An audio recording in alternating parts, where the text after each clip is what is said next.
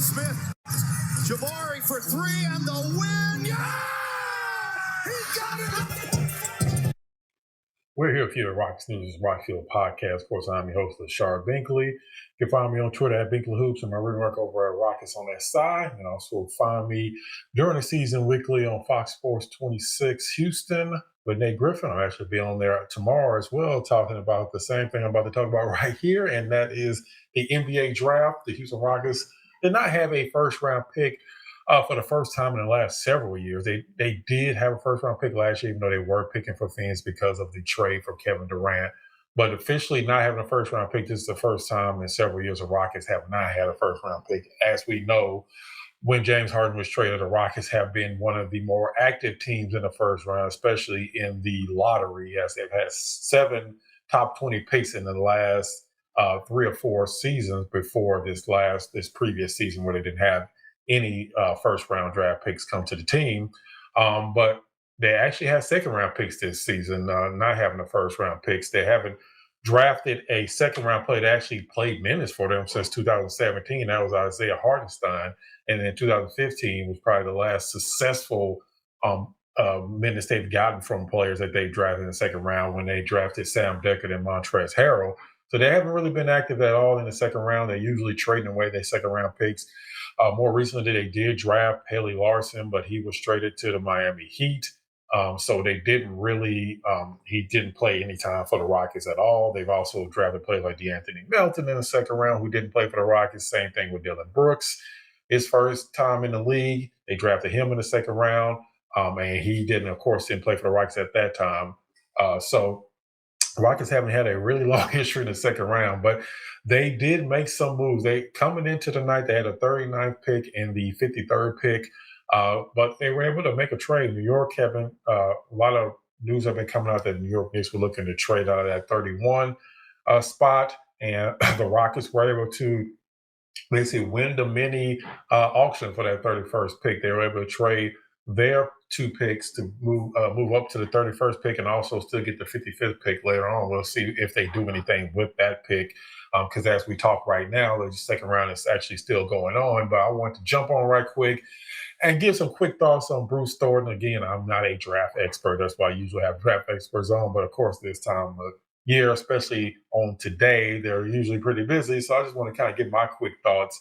When I first heard that they were before that, when I knew they had the 2 picks, I was saying all the way leading up to this, I've been saying several times on social media, on X, on different places, even on the podcast I just did on Rockets Collective, that I think there's a good chance the Rockets move up.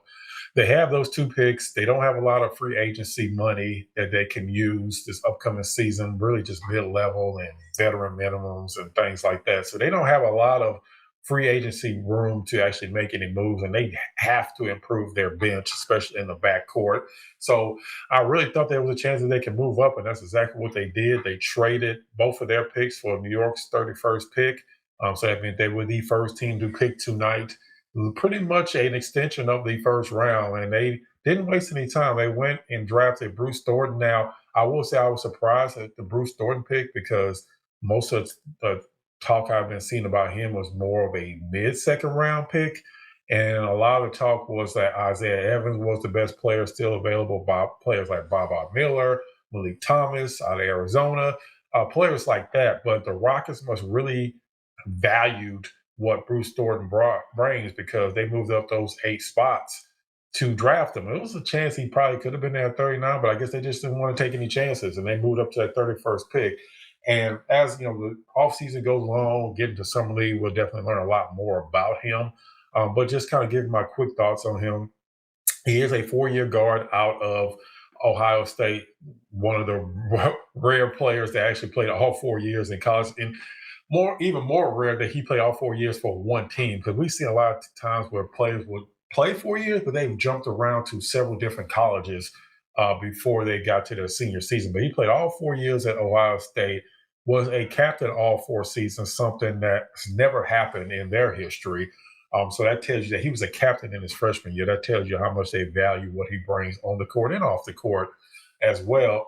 Something that I talked about during the broadcast was just how good of a person he was. or is, and that's something else that will definitely stand out whenever you're drafting a guy, especially in the second round. Um, so some of the kind of things that kind of stand out when it comes to him, he shot over 40% his last two seasons in college, which is definitely really good. I mean, I know that college basketball 3-point line is a lot closer than the NBA's, but it's still good that he shot over 40% in the last two seasons. He also shot over 50% from the field as a guard, which is pretty good. He's one of the actually the best guards in the whole draft. And when he gets to the basket, he usually finds a way to score and shooting over 50% his last couple seasons. And also, he shot over 65% for his true shoot percentage, which is really good as well. He was a 50, 40, 80 guy his last two seasons. In college, he averaged a career high 20 points per game, 19.9 points last season for Ohio State. The one thing that's kind of a little bit of a drawback, he is only 6 feet to 6'2", kind of depending on what site you go by and who you talk to. So he is a smaller guard, but at the same time, he's also over 200 pounds. So he's not a type of guard that's going to be able to just push around. He's a really good low to the ground defender. He uses his height as an actual advantage when it comes to playing defense. That's something I've noticed from the little scouting I've been able to do before the draft, kind of coming across his name, and just since I actually found out the Rockets were going to draft him. He's also not a high volume when it comes to assists. He averaged over 4 assists last year for Ohio State, which was a little bit of a drop from the year before. But he's also a low turnover guy. He was averaged under 2 turnovers per game, so that's definitely something that stands out. And he's kind of like the prototypical backup point guard. He's not somebody that you're going to need to put up, high numbers or go out there and be an instant scorer. He's somebody that can actually just run the offense that's tough-minded. We know MA loves tough-minded players. But he's also, again, got to emphasize that. He shot 40%, over 40% from three the last two seasons. And that's huge for a team like the Rockets, who absolutely struggled from three-point range if your name wasn't Kevin Durant or Reed Shepherd. So to be able to get another guy that can shoot, that can also get to the basket, that can get his own shot. Again, we'll see a lot more of what he can do once we get in the summer league, and really more once we get in the training camp.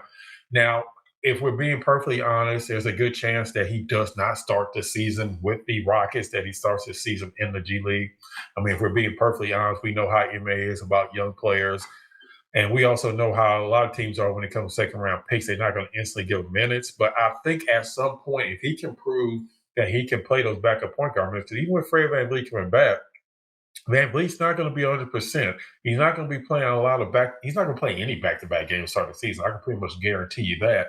So if he can prove that he can go in there and give you solid minutes, I mean, maybe it's a chance that he can stick around and still be on the roster when they actually get to the season. But it's a good chance that he kind of goes back and forth between the G League and between the Rockets, just so he can actually get some playing time. And the Rockets do have one of the best G League organizations in the entire NBA, and the Rio Grande Valley Vipers, who have won the most NBA G League championships out of anybody. And it's a really good communication between them and what the Rockets want to do. A lot of times the Vipers will run exactly what the Rockets run at the NBA level. So it's a really good partnership between the two. So there's a good chance that Bruce will place a lot of his time in the G League, but it would be good to see him playing in the Summer League. It'll be good to see what he does up close and personal in training camp. Like I said, he is a shorter guard, but he is someone that can get his own shot. There's a really good three-point shooter. He shot over 4 threes a game, so it's not like it's not real high volume, but at the same time, it's not like 1 3-pointer a game. So he did shoot over 4 3-pointers a game in the last 2 seasons and shot over 40% both of those seasons. So that's definitely something good that stands out, and I think that's something that the Rockets valued as well. And like I said, it also helped that he's tough-minded, because in the NBA, especially being that size, players are going to test you. They're going to test you all the time when you're on the defensive end. They see your size. They think they're going to be able to take advantage of you. And that's the one thing about, it kind of reminds me a little bit of Fred VanVleet, because VanVleet is definitely not one of the taller guards in the NBA. But at the same time, he wasn't a liability on the defensive end, because he knew how to use his size and his low center of gravity to kind of root defenders out of a post position, or to kind of knock them off their direction. There's ways you can do it to where you don't have to be a 6'5", 6'6", ridiculous athlete like our man Thompson to be able to play good defense in the NBA.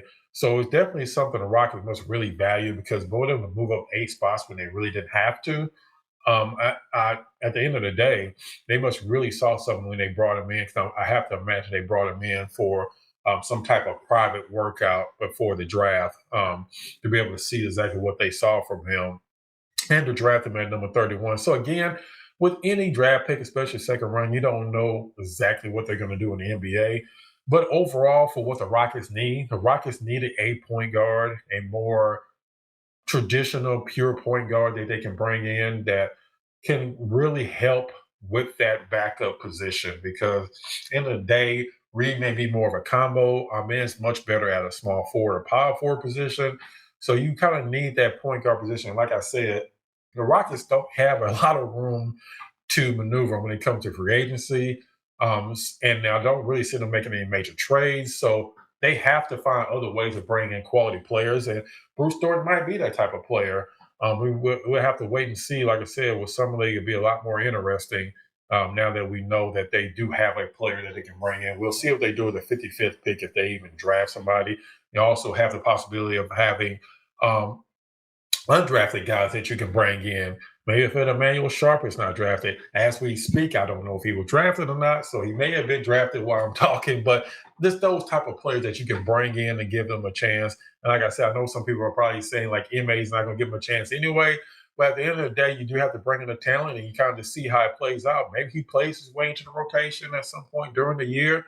But at the very least, you can bring him in. You can bring him along slowly. He can play a lot of minutes in the G League and you can see exactly what you have. Because as the Rockets know, they know better than anybody. Injuries happen, so you definitely need quality players from 1 to 12 to 13. How many players you have on your team up and down that roster because you never know exactly what's going to happen. So that's just kind of my quick thoughts on Bruce Thornton and what he can bring to the Rockets. Like I said, we'll get a better idea once Summer League kicks off here in a couple of weeks. I'm sure the Rockets will probably be back in Vegas. So we'll get a better idea on that. Again, as usual, I appreciate all the support that everybody always gives. If we get any type of press conference or anything from Rafael, we have to wait and see. I'll definitely be bringing that to you as well. As usual, I appreciate your support. Let me know down in the comments. Were you happy with the Bruce Thornton draft pick? Did you want somebody else like an Isaiah Evans or maybe a Malik Thomas instead? Let me know down in the comments what you think. As usual, I appreciate your support. Make sure you check out the next episode of Rocket Fuel Podcast.